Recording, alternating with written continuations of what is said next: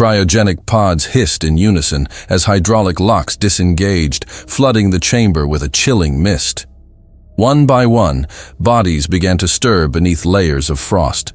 Muscles twitched, lungs dragged in metallic air, and eyelids fluttered open with the confusion of time lost. The first to fully awaken was Commander Etienne Desroches. He blinked against the stark white lights above, exhaled slowly, then swung his legs over the edge of the pod with mechanical resolve, like a soldier answering a call that never really ended. His breath formed brief clouds in the frigid air as he gripped the side of the metal slab and stood. Nearby, Lieutenant Ross Hargrave groaned and sat up, wiping frost from his chest. His voice was hoarse. "How long?" Desroches didn't answer. Instead, he turned toward the large observation screen at the far end of the chamber. It was dark, inactive, like a dormant beast. "Suit up. Bridge won't wait." Across the cryo bay, other soldiers and officers stumbled out of their pods. The cold clung to their bones. One younger engineer, Ensign Kellen Hart, stood dazed, staring at an active terminal showing an image of Earth. Blue, vibrant, full of life. He spoke, voice barely audible. "Do you think it's still there?" Corporal Bram Owens, older and already halfway into his pressure suit, looked at the screen, then at Hart. "Doesn't matter. We'll find out." The two officers made their way toward the lift. As they passed the reinforced bulkheads and long-dead utility panels, Hargrave broke the silence. "It's quieter than I remember." Desroches pressed his palm to the security scanner. The door slid open with a dull hiss. Silence isn't absence, it's waiting. They stepped onto the bridge, where Admiral John Hayden was already awake and upright in his command chair, shoulders squared, gaze sharp. A leader carved from cold iron. "Status?" Hayden's voice was clear, no trace of fatigue. Desroches stepped forward. "Crew is coming online. Engineering reports minimal integrity loss. We're operational, sir." "Good." Hayden turned toward the center console. "Sophia, plot immediate course for Earth. Use Blackwave navigation. Burn at 20% and keep us dark." The ship's integrated AI responded instantly, voice neutral but intimate, as if awakening from its own slumber. "Affirmative. Estimating trajectory. Gravitational calculations locked. Course plotted." In the upper deck, through the observation pane, a pair of aliens stood observing the human crew. Tak, a soldier of the Korg Thule, massive in stature, with plated obsidian black skin segmented over a sinewy frame, watched in silence as the humans came alive. His four ocular nodes blinked slowly, reflectively. Beside him stood Crix, slighter in frame, bearing cybernetic augmentations along his mandibles and arms. "You're uncomfortable," Crix said, tilting his elongated head toward Tak. Tak didn't move. "No, just curious." In the core engineering chamber, Varlo, a senior Korgthul technician with a bronze-plated exosuit and twin neural ports branching from the sides of his elongated skull, stepped forward to a central console. His three-fingered hand held a crystalline data matrix, glowing faint blue. Around him, a dozen humans and 5 Korgthul engineers moved in organized urgency. Varlo inserted the matrix into a human terminal. The interface flickered violently, lights flashing red, then stabilizing. "Unknown technology detected," Sophia's voice announced. "Analyzing, compatible. Integration approved." Varlo exhaled deeply. Like us, different, but still compatible. One of the younger Korgthul, a pale-skinned engineer named Raktar, murmured from behind. "This is unwise. You've heard the legends. The Coalition said their return would end everything." Another engineer, Yeshtav, added, "The humans brought ruin once. What makes us believe this time will be different?" Varlo turned sharply. "You owe your lives to their cryogenic engineering. If not for these systems, we'd be dust like the rest. You speak of danger? We stand on their bones." Silence. Back to work. Up on the command level, Hayden stood beside the navigation holotable, eyes fixed on the pulsing trajectory to Earth. The system's projection shimmered with distant markers, dead colonies, silent moons, empty stations. "Kerja," he called. The alien stepped forward, tall and lean, with reptilian features and dark, slate-colored scales that shimmered faintly in the low light. Commander Kerja, liaison from the neutral Polari Union, bowed his head slightly. "Yes, Admiral?" "What happened to Earth?" Hayden's voice cut through the sterile air. Kerja hesitated. "According to the Coalition's official records, Earth was subjected to an extinction-level deployment approximately 380 Earth years ago. A forbidden sonic annihilation weapon. Surface obliteration. No known survivors." "And the colonies?" Hayden pressed. "Earlier," Kerja replied. "Approximately 500 years ago. Simultaneous strikes across all major outposts." Hayden narrowed his eyes. "That sonic weapon, it only works on the surface?" Kerja turned to Crix, who stepped forward with a data slate. "Sonic extinction wave. Maximum penetration depth is 2 kilometers. Effective radius degrades exponentially beyond that." Hayden's lips curled, not in amusement, but calculation. "Interesting." He stepped closer to the viewport, his silhouette cutting a stark figure against the stars. "Tell me, Kerja, those data logs, have they been independently verified?" Kerja's eyes flicked. "No, Admiral. All data was archived by the Coalition. No first-hand recon was ever performed. It was deemed unnecessary." Hayden's eyes didn't leave the void. "So it's not certain?" He folded his arms behind his back. "Maybe, just maybe, they're still down there." The room stilled. He turned slowly to face the others. "The Pacific Ocean alone contains trenches over 8 kilometers deep. Mariana, Tonga, Kuril. If we saw it coming, if we had time." Sophia's voice broke the moment. "Trajectory locked. ETA, 91 hours, 23 minutes. Hayden gave a curt nod. "Maintain course. Begin awakening secondary crew at staggered intervals." Des Roches approached, standing beside him. "Sir, if they are alive." "They'll be ready," Hayden replied. "Just like we are." In the engine deck, sparks flashed as Varlo activated the second wave of hybrid modules. Energy conduits pulsed with renewed force.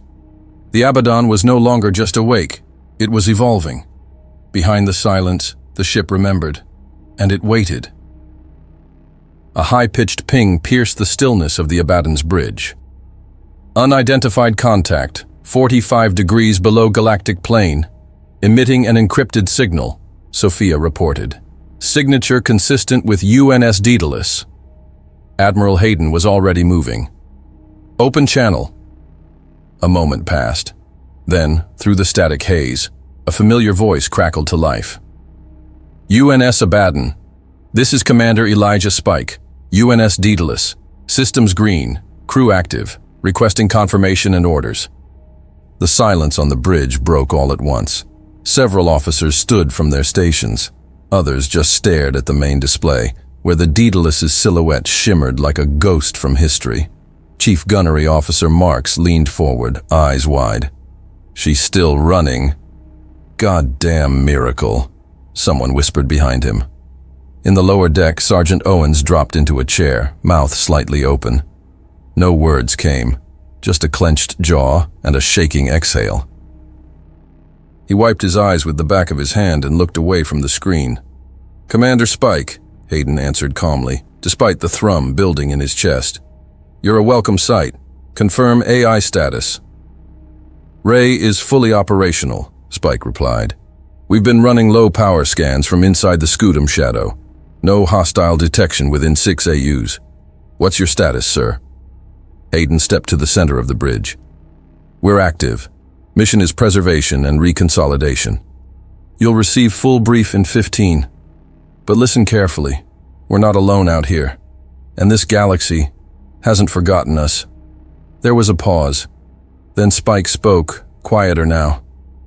"If the Coalition's old protocols are still active, then once we light anything up near Sol, We won't have much time before someone comes knocking. A muscle tensed in Hayden's jaw. Agreed. Then I suggest we locate every asset we have, Spike said, because this isn't going to stay quiet for long. Already in motion. Sophia, next objective. Status of UNS Yamato. Contact has been re-established with AIAYA, Sophia answered. Commander Mifune transmitted 6 hours ago. Yamato is operational and concealed within the Oort cloud. 34 personnel accounted for. No detected hostiles in proximity. Plot a course, Hayden ordered. Minimum burn. Let's not advertise ourselves. Confirmed. Trajectory locked. As the Abaddon adjusted its heading, Commander Spike's voice returned. Sir, requesting permission to rendezvous and provide escort. Granted. Bring the Daedalus up alongside. We move together from here on. 4 hours later, the two ships moved in silent tandem, slicing through the Kuiper Belt's frozen labyrinth. The black between them hummed with the resonance of proximity. 2 warships of a long-dead fleet returned from the grave. Down in the crew quarters, an old technician, Chief Milo Redden, stared through a narrow viewport. His breath fogged the glass as he watched the Daedalus glide beside them like an ancient leviathan. Next to him, Ensign Hart approached slowly, still pale from cryo. Is that really her? Hart asked. Redden nodded once. Daedalus. She was built when we still believed we had allies. Looks untouched. Redden didn't answer. He just kept watching. On the bridge, Hayden stood again at the holotable, this time joined by Commander Spike via holofeed. The man was older than his file photo, grizzled and lean, with lines etched deep across his cheeks. His eyes, however, were sharp steel. What happened to the rest of the fleet? Spike asked, wasting no time. We don't know, Hayden replied. Yamato's alive. Beyond that, it's all guesses. The Coalition's silence worries me more than their fire. Spike leaned in. If they weren't watching, they are now. You light up a transceiver in Sol, and their ghosts wake up. Hayden didn't flinch. Then we'll burn fast. We hit hard. We make them remember. Spike grunted. I'll have Ray scan outer band frequencies. Anything tagged as Coalition traffic, we log and scrub. Before Hayden could reply, Sophia spoke again. Yamato has signaled proximity alert, preparing docking rendezvous in 2 minutes. Hayden turned. Bring us in. Through the command viewport, the outline of the Yamato emerged from the Oort fog, barely visible, its hull matte black, shaped more like a missile than a cruiser. At a glance, it looked incapable of crew habitation. Lieutenant Hargrave frowned. That thing flies? Desroches, standing beside him, allowed himself the faintest smile. More than that, it vanishes. The radio cracked. UNS Abaddon, this is Captain Mifune. Yamato. Mission parameters, sir. Hayden stepped forward. You're to cross the Kuiper Belt. Infiltrate orbit over Pluto. Assess status of all former human outposts. If occupied by hostiles, eliminate. If Coalition leadership is present, take prisoners. Copy, Mifune replied, without pause. Beside Hayden, Kurja turned his narrow eyes toward the projection of the Yamato. Why use such an outdated design? That ship looks analog. That's the point, Hayden said. She doesn't broadcast. She doesn't echo. To modern sensors, she's a whisper. Desroches added, You don't see Yamato unless she wants you to. They watched as the black ghost of a ship turned and accelerated, vanishing into the asteroid field with impossible grace. Just as suddenly as it had appeared, it was gone. Down in engineering, Chief Cartographer Shara, one of the few Korg Thule with a role outside the labs, watched the sensor log, eyes wide. Her skin was deep violet, her tentacle-like cranial crests twitching with disbelief. These maneuvers, in a field that dense, she murmured. She was made for this, Hayden said softly. Yamato always gets through. Back on the bridge of the Daedalus, Spike stepped from the holotable and stared at the long-range viewer. eyes fixed on the now invisible trajectory of the smaller ship. "Godspeed, Mifune," he said under his breath. In that moment, a brief silence fell across both ships, Abaddon and Daedalus. Not from fear, nor reverence. It was the weight of something awakening again, not just ships or systems, but the idea of what humanity once was, and might still be. A flicker returned on Sophia's display. Yamato has breached the belt. No contact loss. They're in. Hayden exhaled once through his nose, then locked his hands behind his back. "Now," he said, his voice low and certain, "let's see who still holds Pluto." The Yamato emerged from the black like a phantom. No engines flaring, no signature trail, just a jagged silhouette breaking through the dust of the Oort cloud. It was smaller than either the Abaddon or the Daedalus, only a fifth their length, matte black and asymmetrical, with hull plates arranged like overlapping scales, designed to scatter sensor returns and vanish into the void.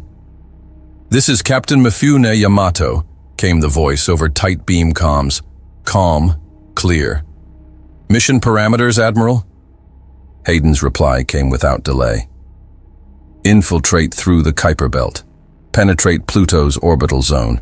Confirm status of any outposts. If you encounter enemy resistance, eliminate it.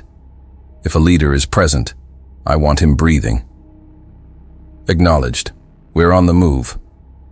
Commander Kurja watched the Yamato through the bridge display, his serpentine features furrowed in disbelief. "That ship is archaic," he muttered. His voice, though quiet, carried an unmistakable tone of confusion. "No cloaking, no waveform dampeners." Hayden turned slightly. "It's entirely analog. No emissions, no digital footprints. In today's galaxy, it's a ghost. You don't track Yamato, you pray you never see it." On cue, the black spear of a ship turned and disappeared into the dense field of icy rocks that loomed between them and the outer planets. Inside Yamato's command deck, Captain Riku Mifune stood unmoving at the center console. He wore no ceremonial armor, just a worn duty vest and neural link wraps behind his ears. His left eye was replaced with a subdermal optic lens, flickering faintly as he scanned the nav data. "Aya," he said. "Yes, Captain." The voice of Yamato's onboard AI, AIA, was quieter than Sophia's, more measured, almost cautious. Kuiper Belt plotted. Estimated time to contact zone, 4 hours, 17 minutes. Proceed. The ship adjusted course instantly, slipping between kilometers-wide ice masses, accelerating into the belt without flaring a single thruster. Back aboard the Abaddon, Chief Cartographer Shara stood frozen at her console. The Korg Thul's violet tendrils curled against her elongated neck in disbelief as she watched the Yamato's telemetry. These movements, in a region this irregular, with that ship? It should be impossible. Hayden didn't look away from the display. That ship was built to do one thing. She's doing it. Inside the Yamato, the world became numbers and seconds. Aya ran continuous micro-adjustments, nudging course by millimeters as she slipped the ship between tumbling debris and centuries-old icebergs. But not everything could be predicted. "Warning," Aya said suddenly. "Unregistered object approaching at high velocity. 40 degrees starboard, 10 kilometers. "Evasive protocol?" Mifune asked, already gripping the frame of the console. "Trajectory correction in progress," Aya replied. The Yamato banked hard, pivoting its body mid-course. A micro-asteroid, no larger than a refrigerator, flashed across the path where the ship had been seconds earlier. It would have cored the command deck. "Human reflex would have failed there," Aya stated calmly. "Then I'm glad you're not human," Mifune muttered, returning to the panel. In the hangar, 10 Marines suited up. They moved without words, armor clamping around them in silent synchronization. No cheers, no pre-mission bravado, just efficient movement. Their leader, First Sergeant Ayo Vargas, handed each a suppressor rifle and checked neural uplinks. Mifune entered moments later. His voice was even. We're in approach. Insertion in 30. Vargas nodded. Understood, sir. As the team made final checks, Mifune stepped to the side of the hangar, where his private locker stood bolted into the hull. He opened it slowly. Inside was a faded photograph, carefully laminated, a woman and 2 children, standing before a crumbling building marked Houston, TX, 2284. He stared at it for a long time. "We'll see it again," he said under his breath. "What's left of it?" Aya's voice came over internal comms. "Captain, final course vector stable. Pluto orbit reached. Station detected. Minimal external defense. Heat signatures within. 26. Mifune didn't hesitate. "Send the signal. We go in quiet." As the Yamato drifted through Pluto's shadow, invisible to nearly every sensor in the quadrant, Aya ran a silent cipher through the external relay. Far below, within the automated shell of an old human station now repurposed by Dravari forces, a blinking red light flickered on an abandoned terminal, unnoticed, unremarkable. But it was enough. Yamato didn't slow. It was already past the point of return. Inside the cockpit, Mifune adjusted his harness and leaned forward slightly. "Keep everything dark. Passive scans only. Let's remind them what ghosts really look like." "Of course, Captain," Iwaya said softly. In space, Yamato was nothing more than a streak of gravity and silence, closing in fast on the enemy station. The humans were no longer legends. They were shadows, sharpening their blades. Yamato broke orbit in absolute silence, coasting beneath the debris field that hung like ancient wreckage over Pluto's dead surface. Lights remained off. EM signatures, null. Only the ship's analog systems pulsed within, ancient circuits alive with predatory intent. Inside the ops chamber, Captain Riku Mifune stood over a projection of the enemy station. It was a squat, angular structure built atop the ruins of a long-abandoned human outpost. The Dravari had fortified it. External turrets, sensor masts, reinforced bulkheads, but it was still vulnerable. They didn't expect ghosts. Mifune's voice was measured. "We go in through the utility tunnel along the southern ridge. No EM weapons, no plasma. Coil suppressors only. Minimum noise, maximum presence." First Sergeant Io Vargas nodded. 2 entry points. Bravo team handles the barracks. Alpha clears command. Intel? AYA, monitoring from the command node, answered. 26 heat signatures confirmed. 15 stationary, 11 on patrol. 1 is biologically distinct, higher pheromonal output. Neural oscillation matches Dravari command cast. Mifune turned to Lieutenant Keiko Saito. She stood fully armored, visor retracted, checking the seals on her squad's packs. "You're leading Alpha," Mifune said. "Find him. Bring him back." Saito's tone was crisp. "Alive? If possible." She sealed her helmet without a word. The outer shell of the station cracked open with a dull metal groan, just enough for the Marines to slip through. The old human utility tunnel was cold, frost climbing its inner walls. The air was stale, but breathable. Their boots made no sound. Inside, the Dravari had repurposed everything. Human consoles were wrapped in their organic tech, bone-colored polymer lattices, pulsing softly with faint red light. Their bodies reflected that same alien physiology. Tall, sinewy frames with chitinous skin that shimmered in low light. Their eyes, glossy black orbs, held no pupils, just glistening spheres of predatory alertness. The first Dravari patrol was down before they could speak. Sergeant Vargas used a blade, slicing through the gap in their clavicle armor. 2 more fell to silenced rifle fire from Corporal Hurst. No alarms triggered. No one noticed. Saito led her team to the upper levels. Her movements were fluid, rehearsed. Each gesture was precise, and each breach flawless. She didn't speak. The squad followed her like extensions of her will. In the central chamber, 2 guards stood outside a reinforced blast door. Saito gave the signal. Private Malik rolled a shock charge across the floor. It pulsed once, and the two guards collapsed, twitching. No alarms. No time wasted. Saito stepped through the door. Inside, the chamber glowed with soft amber light. The Dravari leader stood at the center, flanked by two more guards, who raised their weapons a second too late. Suppressor rounds hit first. Both guards dropped, armor crumpling inward. The Dravari leader staggered back, arms raised. He was taller than the others, 7 feet, armored with segmented plates that hummed faintly with reactive shielding. His skin was a dark obsidian purple, and his mandibles twitched with a low, clicking tremor. Then his black eyes widened. "Humans," he hissed. "Impossible. You were extinct. Gone." Captain Mifune stepped through behind Saito, rifle lowered but ready. His response was cold, absolute. "Not all of us." The alien's breathing changed, quicker, sharper. His legs tensed to flee. Saito was already beside him, her palm driving a shock emitter into the alien's side. The Dravari convulsed and dropped. "Alive," she confirmed. "Bag him." As the Marines secured the prisoner, Private Malik called out from an adjacent terminal.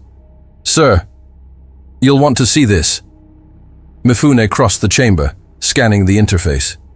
What once was a human console had been spliced with Dravari interface nerves. Strange organic cords pulsed against the casing, poorly integrated. "What are they doing?" Saito asked. Malik pointed to a display.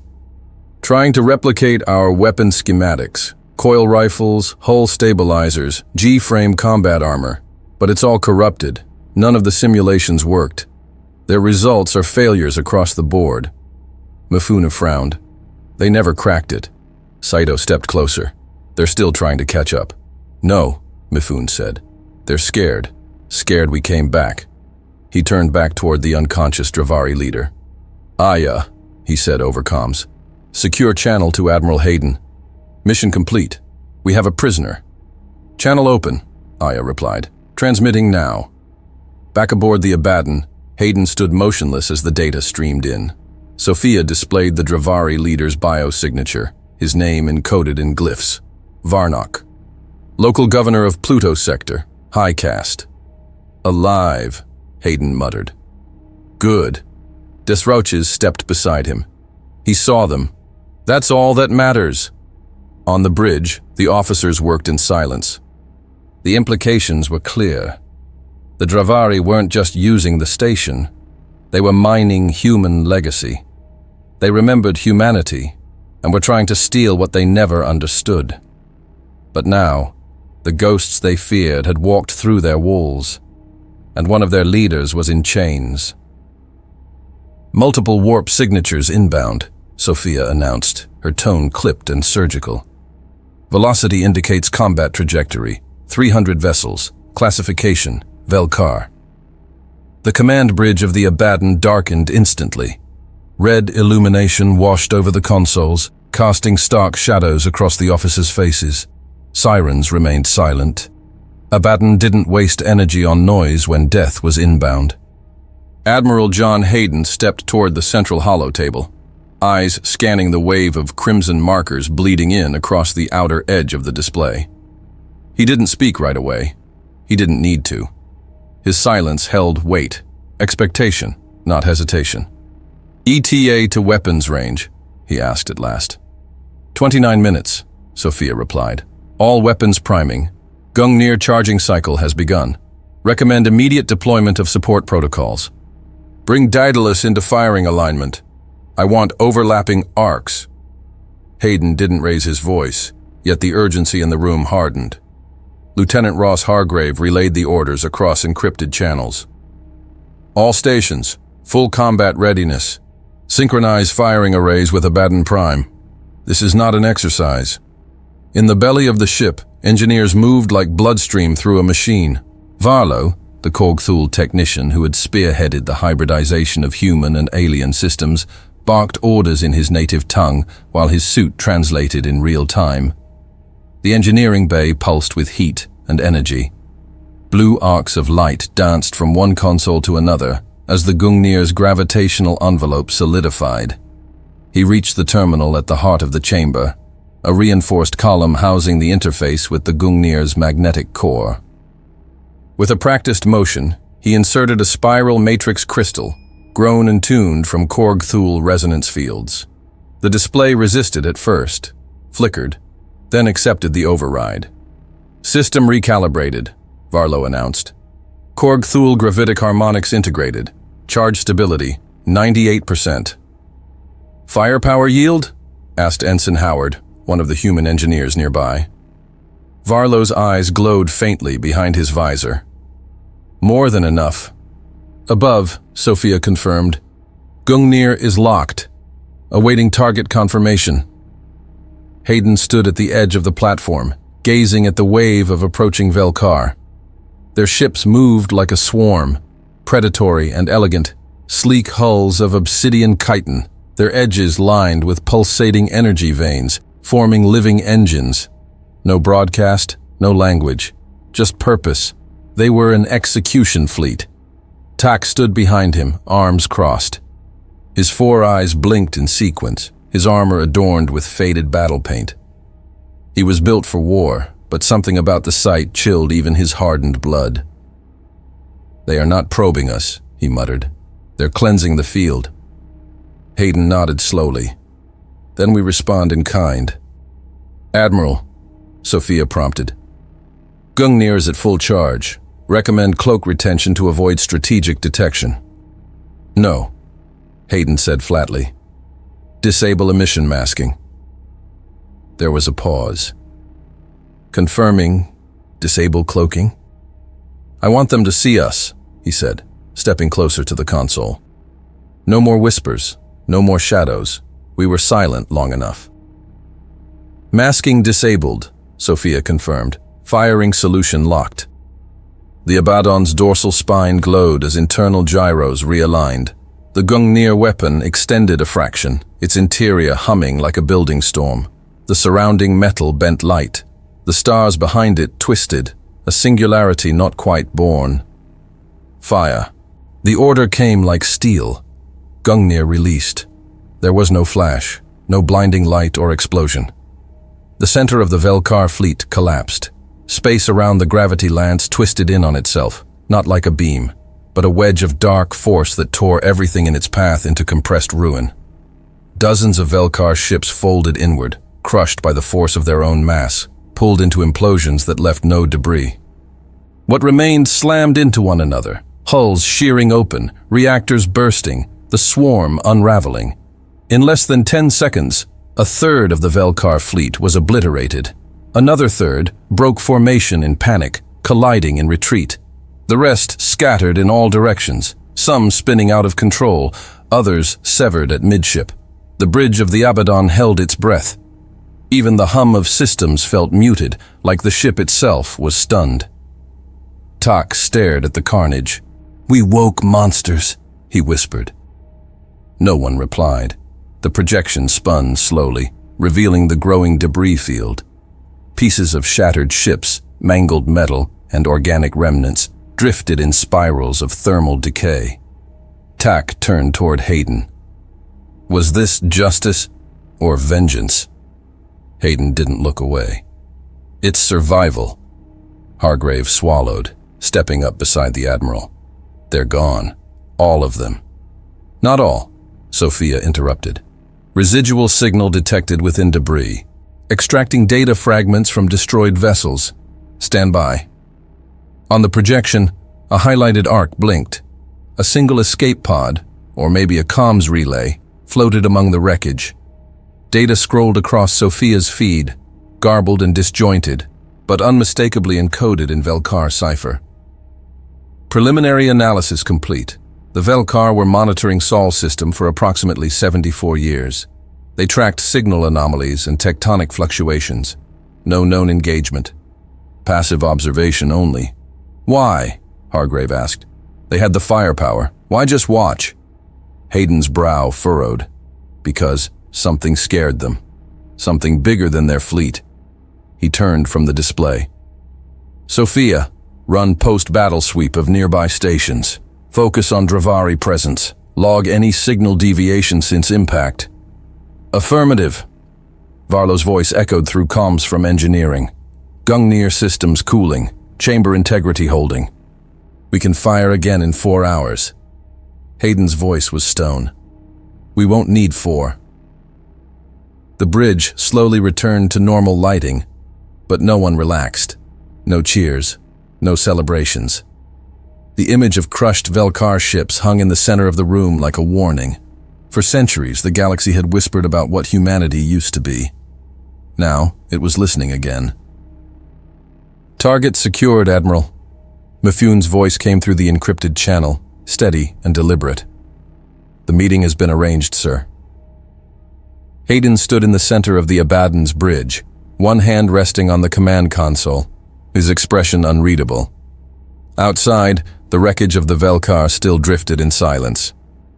Humanity had made its statement, and now the next step was clear. Plot a course to Pluto, Hayden ordered. Full burn. Formation with Daedalus. Let's bring this war home. The Abaddon and Daedalus aligned their vectors, cutting across the void in a coordinated acceleration, engines muted behind their thermal shrouds. Within hours, the dead planet appeared again in the forward displays, Pluto, scarred and silent, hiding the secrets of its alien occupiers beneath a blanket of ice and metal. In the central interrogation chamber aboard the Daedalus, Varnock, the captured Dravari leader, sat bound to a kinetic stabilization chair. His armor had been stripped, his obsidian-purple skin now bruised around the jaw and clavicle. His elongated skull twitched involuntarily with residual tension, and his compound eyes fluttered slowly between the humans in the room. Admiral Hayden stepped forward, flanked by Commander Elijah Spike. The room was dim, lit only by the projection of Earth behind the prisoner. "You're going to tell me what you're doing on our planet," Hayden said, his voice low and surgical. Varnock sneered with cracked mandibles. "You shouldn't exist." Hayden didn't blink. "And yet, here we are." Spike crossed his arms, letting the silence stretch until Varnock finally exhaled and leaned forward. "There are 15 million Dravari stationed on Earth," he said. "Scientists, soldiers, observers. We occupy 5 continental sectors and 17 subterranean sites." Hayden's expression didn't change. "Why not fortify it? Why keep the core of the galaxy's most dangerous species as a relic?" Varnock hesitated. Then, in a quieter tone, "Because even we don't trust the silence. Earth is haunted." "By what?" Spike asked. Varnock met Hayden's gaze. "By the possibility that you never died." Hayden turned away, muttering, "We didn't." Outside the chamber, Spike followed Hayden down the corridor toward the operations deck. "You believe him?" Spike asked. "I believe in what he didn't say," Hayden replied. 15 million is a standing army, but they're not preparing for war. They're waiting." "Then why hold Earth at all?" Hayden stopped. The corridor lights hummed around them. "If 15 million of our enemies are on our homeworld," he said quietly, "why didn't they turn it into a fortress?" Spike considered that, then said, "Because even they fear a corpse that breathes." Hayden gave a short nod. "Exactly." Back aboard the Abaddon, in the diplomatic chamber near the secondary data core, a group of Korg Thule advisors stood in quiet debate. Shara, the ship's chief cartographer, and Crix, a lean communications strategist with ocular augments running the length of his spine, studied the holomap with intensity. Across from them stood Commander Kerja, his long silver-blue robe marked with Polari Union emblems, and Tak, silent as ever, arms folded. "If we support them in retaking Earth," Crix said, "we'll destabilize the balance of power across this quadrant. The Dravari, the Velkar remnants, the Coalition echoes, they'll see this as a threat, as a declaration." Shara added, "What they've done so far was defensive. The Gungnir, that was a massacre. We cannot follow them blindly." Tak's voice broke through the murmurs. That wasn't blind. That was precision. That was necessary. Crix stepped forward. You saw the debris, Tak. Hundreds of ships obliterated in seconds. I was there, Tak said, his voice dark. I watched them come. They didn't arrive to talk. Kerja finally spoke, voice calm but firm. We entered this alliance with clear terms. We aid their reawakening. We support their return. That was our choice. Now they march toward Earth, toward a symbol. If we back away now, we declare them alone. And if they win alone, what will that make them? Silence fell. Shara looked down, then to the stars projected on the holomap. Earth's orbit blinked, surrounded by unregistered traffic and a web of ancient satellites. They say Earth is where their strength was born, Crix said. If they reclaim it, what else will they awaken? Tak stepped forward. Hope. From the command bridge of the Abaddon, the Sol system came into view, dark, empty, and quiet. Sophia's voice interrupted the stillness. Initial telemetry confirms minor Dravari activity across outer planetary moons. Mars, minimal trace. Titan, abandoned signal structure. Earth, significant heat blooms beneath surface layers. Orbital clutter consistent with pre-fall technology. Hayden stepped forward, watching the projection zoom into Earth. A web of old satellites and defensive rings still floated around it, dormant. Any response to our approach? Negative, Sophia replied. We are undetected. Hayden turned to Spike, who stood behind him at the bridge console. This is it. You really think they're down there? Spike asked. Hayden gave a rare nod. I don't think. I know. From across the bridge, Kerja entered and stepped beside the Admiral. The Council remains divided. Some urge caution. Some wish to withdraw. I don't blame them, Hayden replied. But this isn't politics. This is memory. And it's time we woke it up. He looked back at Earth, at the blue orb rising slowly in the display. Bring us in. Low lunar orbit. Let's see who still remembers. The Abaddon breached the shadow of the moon with all lights cold and weapons silent. Its hull glided along the lunar curve like a predator beneath still water.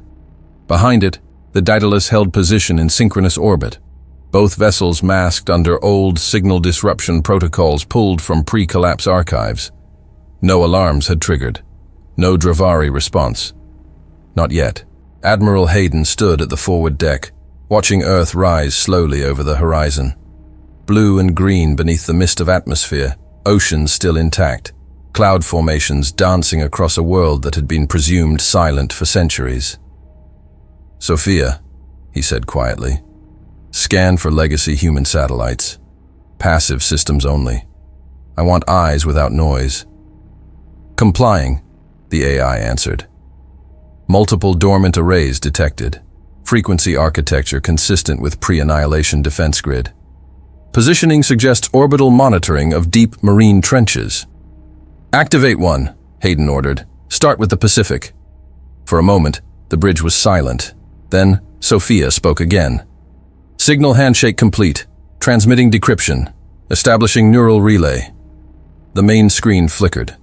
A map of Earth spread wide, bathed in overlapping signals. A pulse began to blink. Then two, then thousands. Red markers burst to life across the oceanic regions, each one centered over abyssal zones. Mariana Trench, Tonga Trench, Kuril-Kamchatka. Biological signatures detected, Sophia said. Hayden stepped closer. Give me a number. Confirmed cryogenic suspension status for 4,271,000,000 human life forms. Subaquatic preservation modules extending to depths exceeding 7 kilometers. No one spoke.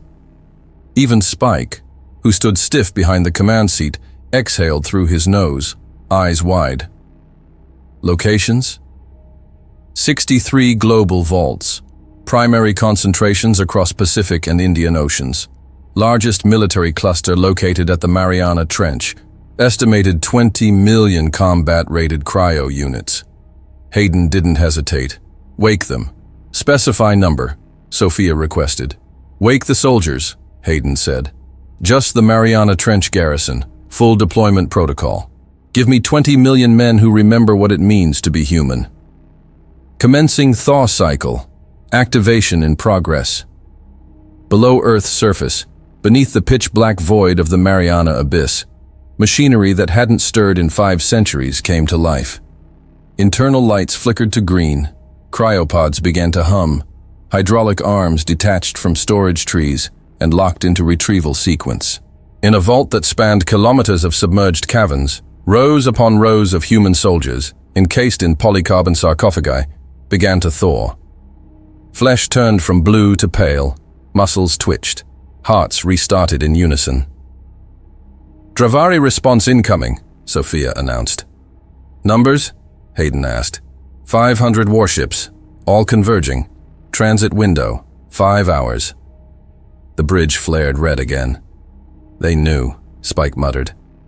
They were waiting for this, Hayden said. But so were we. On the tactical display, the Dravari fleet formed a claw-like formation, fast interceptors ahead, heavy artillery cruisers behind. A full armada, spread wide like a net. We engage them away from Earth, Hayden said. We draw their fire. We don't risk hitting the planet. Understood, Spike responded. Daedalus will follow your lead. Sophia, patch through to Yamato. The channel crackled. Captain Mifune's face appeared, dimly lit by red interior lighting. Behind him, armor-clad Marines ran diagnostics on rifles, suits, and breaching charges. Captain, Hayden said, you're going in. Mission parameters? Mifune asked. Lead ground-side resistance. You'll coordinate with the awakened garrison. Destroy every Dravari installation you find. You'll have Tak and a team of Korgthul with you. Mifune nodded once. We'll hit them before they even know we landed. Tak, Hayden called over internal channels. The Korgthul warrior responded without delay, his deep voice vibrating through the command system. I'm ready. You'll deploy with Yamato, Hayden said. Ground command, you'll see it for yourself now, what they protected. No fear, Tak answered. Only resolve. In the Yamato's hangar bay, Marines locked into their drop rigs. Keiko Saito, helmet under arm, moved through the ranks, checking straps and issuing last-minute commands. Beside her, Mifune loaded his sidearm and slid it into his thigh holster. You know the plan, he said.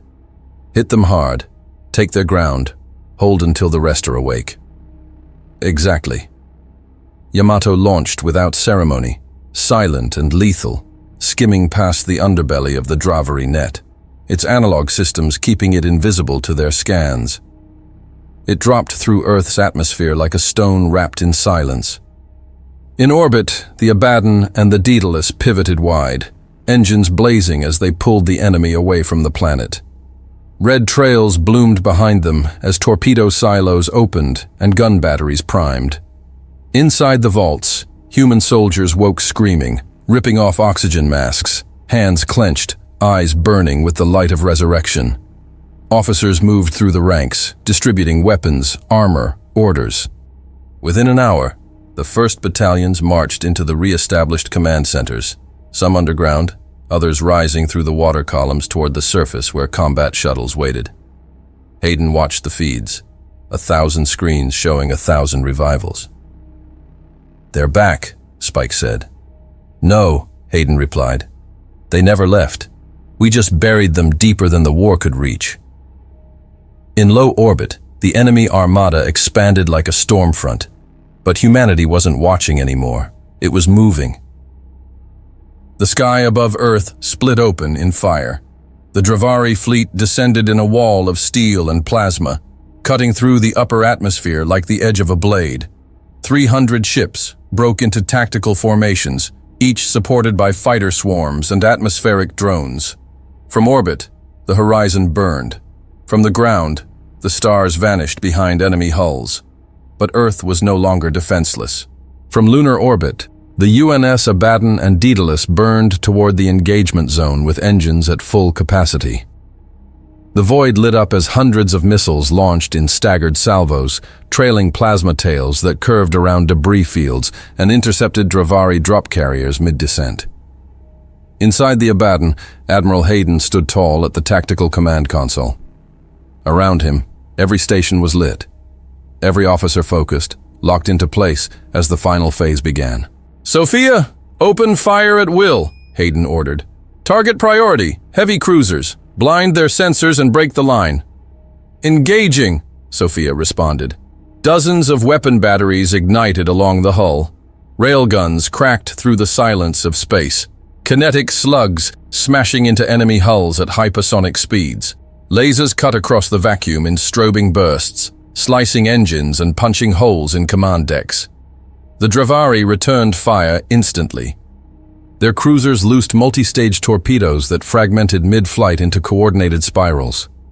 One struck the Daedalus across its lower hull, ripping through armor plating and exposing internal compartments. Fire bloomed, then vented to vacuum. But the ship held. Commander Elijah Spike gritted his teeth as he gave orders. "Reroute power to ventral shielding. I want forward batteries focused on their rear carriers. Make them pay for every meter." Aboard the Daedalus, the gunners obeyed without hesitation. Twin plasma lances fired from the ship's core, blasting through the central spine of a Dravari command vessel. The enemy ship folded in on itself, detonating in a chain reaction that took out 2 escorts in its wake. On the surface, Earth had become a war zone. Across 5 continents, awakened human soldiers surged into action. Most hadn't spoken a word in over 400 years, but their training had been burned into muscle memory. They moved like machines, with hearts of fire and eyes locked on their targets. Captain Riku Mifune led the charge through what was once Eastern Europe. Smoke poured from charred cities as Dravari ground units deployed from massive walkers, each covered in scaled armor and spiked turrets. But Yamato had dropped its troops hours before the enemy expected. Now, squads of revived soldiers in reconditioned exo-armor flanked and crushed Dravari positions in coordinated ambushes. Beside Mifune, Tak barreled forward with a sledge-like plasma weapon, cleaving through enemy ranks. His massive form, black armor etched with Korg-Thul runes, moved with brutal precision. Behind them, Lieutenant Keiko Saito directed ground squads from a mobile command shelter. "Sector 12 is clear. Sector 14, hold position and await orbital strike verification." A Dravari shock team tried to flank from the south. 6 reptilian forms, low and fast, with twin-blade rifles mounted on their arms. Tak intercepted them, slamming one into a wall and driving his weapon through its thorax. The last survivor fell to his knees, mandibles trembling. "Why did you return?" the alien asked, voice thick with fear. Tak stared down at him and answered coldly, "Because you forgot that humans don't give up." Then he pulled the trigger. One by one, Dravari strongholds across the globe fell. North Africa, Southeast Asia, the northern ice shelves, each with a flare of fire and the roar of awakening. In South America, a strike team led by Sergeant Bram Owens detonated a command bunker beneath the Andes. The explosion cracked the mountain's side, obliterating one of the last Dravari intelligence centers. In orbit, the Dravari fleet fractured. With nearly half their ships lost and ground forces routed, panic rippled through their ranks. Several cruisers turned and fled, engines burning hot as they accelerated away from Earth's gravity well. Sophia tracked them. 18 ships breaking orbit. FTL trajectory suggest withdrawal beyond system boundary. "Let them run," Hayden said. "Remaining forces are hailing. They wish to surrender." Hayden considered the screen, then gave a simple nod. "Accept. Disarm them. Broadcast the terms." On the ground, as surrender codes echoed across frequencies, soldiers paused. From the Pacific, more human troops emerged from underwater vaults. Families were reunited. Faces long thought dead appeared again through digital link-ups, through old echoes given breath. In the data core of the Abaddon, Sophia accessed the final sequence from humanity's fallback archive. Mission of human preservation, complete. Hayden stood alone at the front of the bridge, the star map opening before him. Across its surface, dozens of red markers blinked. Dravari remnants, Velkar signatures, and coalition ruins. All quiet for now. All watching. Behind him, the crew waited. He didn't turn. He looked at the stars. Then, with a faint gleam in his eyes, said, "Now, they'll remember who we are." Hey, you're still here. That's awesome. Hope you had a great time with the story. Remember to hit the like and subscribe buttons. It really makes a huge difference to the channel. And hey, I've got something else for you. I've chosen another story that I think you'll really enjoy. Just click the card right here, or hit this one to jump into the full playlist. See you in the next one.